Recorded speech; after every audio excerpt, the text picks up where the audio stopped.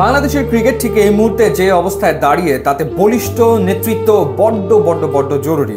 আর বলিষ্ঠ নেতৃত্ব তখনই আসলে দেওয়া সম্ভব যখন একজন পারফর্মার ক্যাপ্টেন হন।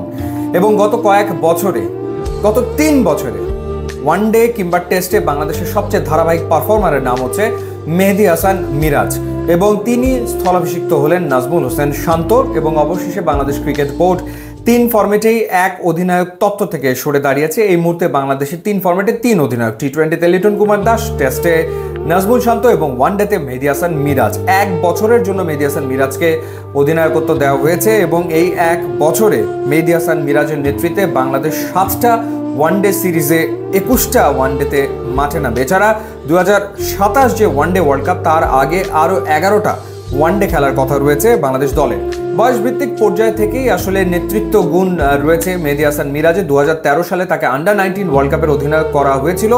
এরপর তিনি 2014 এবং 2016 সালে আন্ডার-19 ওয়ার্ল্ড কাপে বাংলাদেশকে নেতৃত্ব দেন এবং ঘরের মাঠে মেহেদী হাসান মিরাজের নেতৃত্বে বাংলাদেশ 3য় স্থান অর্জন করেছিল। সেটা ছিল সেই সময় বয়সভিত্তিক পর্যায়ে বাংলাদেশের সেরা সাফল্য।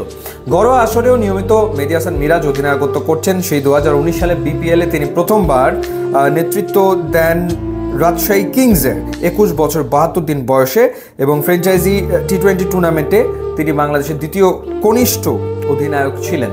তো তারপর থেকে ঘরোয়া আসরগুলোতে তিনি নিয়মিত অধিনায়কত্ব করছেন, কিন্তু কখনোই তাকে আসলে জাতীয় দলের অধিনায়ক করা হয়নি। গত বছর যখন নাজমুল হোসেন শান্ত ইনজুরিতে পড়লেন, তখন আফগানিস্তানের বিপক্ষে 3য় ওয়ানডেতে তিনি অধিনায়কত্ব করেছেন এবং এরপর নাজমুল শান্তর অনুপস্থিতিতে ওয়েস্ট ইন্ডিজের বিপক্ষে ওয়ানডে এবং টেস্ট সিরিজে তিনি ক্যাপ্টেন ছিলেন, যেখানে বাংলাদেশ ওয়ানডেগুলো তো হেরেছিল কিন্তু একটা টেস্ট ম্যাচ জিতেছিল।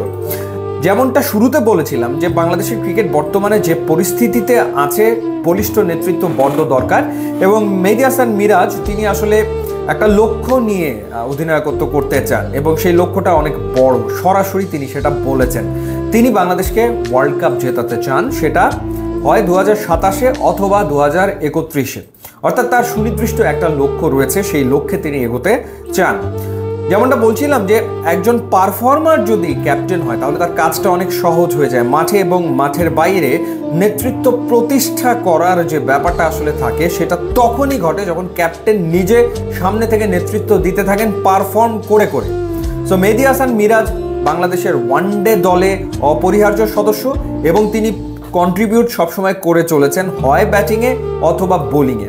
এখন তার কাজ অধিনায়কত্ব করা এবং নিশ্চয়ই তিনি একটা প্ল্যান সাজিয়ে নেবেন আগামী ওয়ার্ল্ড কাপের জন্য, এবং সেই প্ল্যান মোতাবেক তিনি আসলে দলকে পরিচালনা করার চেষ্টা করবেন এমনটাই আশা করছি। এবং তার নেতৃত্বে বাংলাদেশ আবারও ওয়ানডে ক্রিকেটে ঘুরে দাঁড়াবে, সেটাও আমাদের প্রত্যাশা।